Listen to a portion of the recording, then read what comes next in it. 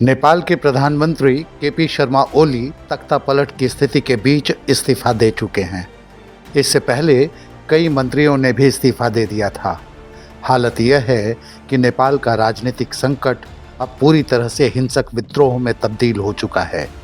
आपकी स्क्रीन पर चल रहा यह दृश्य नेपाल की राजधानी काठमांडू का है, जहां हालात बेकाबू हैं।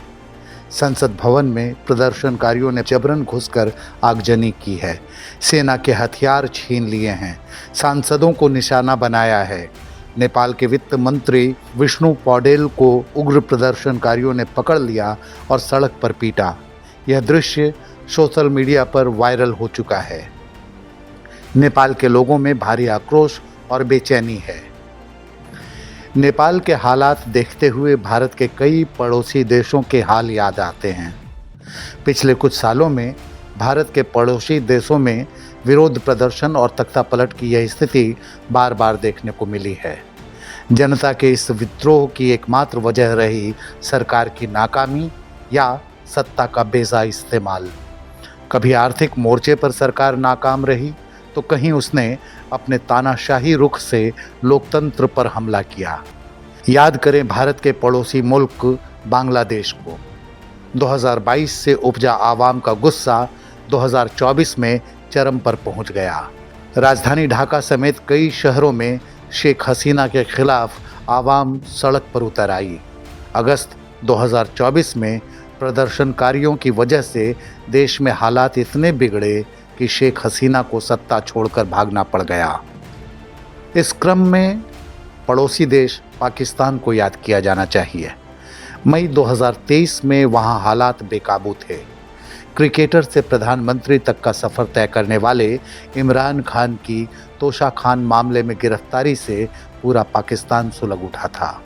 लाहौर से लेकर इस्लामाबाद तक सरकारी इमारतें जलने लगी थीं। देश में इंटरनेट बैन कर दिया गया। कर्फ्यू जैसे हालात बन गए। सेना के ठिकाने भी निशाने पर आए। पाकिस्तानी आवाम ने पहली बार खुलेआम सेना के खिलाफ गुस्सा निकाला।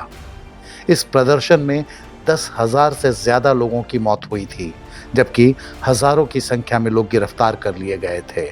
पड़ोसी मुल्क श्रीलंका भी 2022 में जनता के रोष का सामना कर चुका है।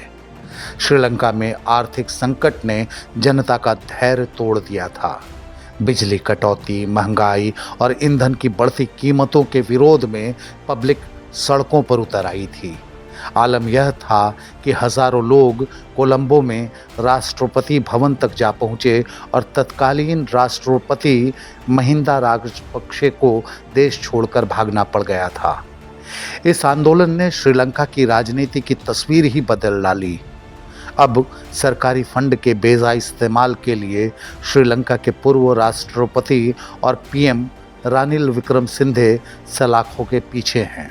भारत के नॉर्थ ईस्ट रीजन से सटा है म्यांमार।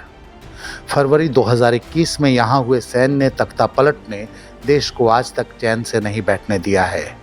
तब से ही यहाँ के हालात अस्थिर हैं। सत्ता पर सेना काबिज है और नेता आंग सान सू की जेल में हैं। छात्र, नागरिक समूह और भिक्षु सड़कों पर उतरकर लोकतंत्र की बहाली की मांग कर रहे हैं। गोलीबारी, गिरफ्तारियां और इंटरनेट बैन अब रोजमर्रा का हिस्सा है। पड़ोसी मुल्क अफगानिस्तान का इतिहास तो तख्तापलट का ही रहा है। अगस्त 2021 में अमेरिकी सेना के हटने के बाद अफगानिस्तान पर तालिबान का कब्जा हो गया। ध्यान रहे, 2021 में अमेरिका ने तकरीबन 20 बरस बाद अपनी सेना वापस बुला ली थी। तो इसके बाद जब अफगानिस्तान की राजधानी काबुल में तालिबान का शासन हो गया तो राष्ट्रपति अशरफ गनी को देश छोड़कर भागना पड़ा था। तब से वहाँ लोकतंत्र अब तक कुचला जा रहा है। इस तरह हम देखते हैं कि भारत के तमाम पड़ोसी देश राजनीतिक अस्थिरता झेल रहे हैं। कभी वजह आर्थिक रही तो कभी कुछ और, लेकिन सुखद है कि इन सब के बीच भारत अपना संतुलन बनाए हुए है, लोकतंत्र बहाल है।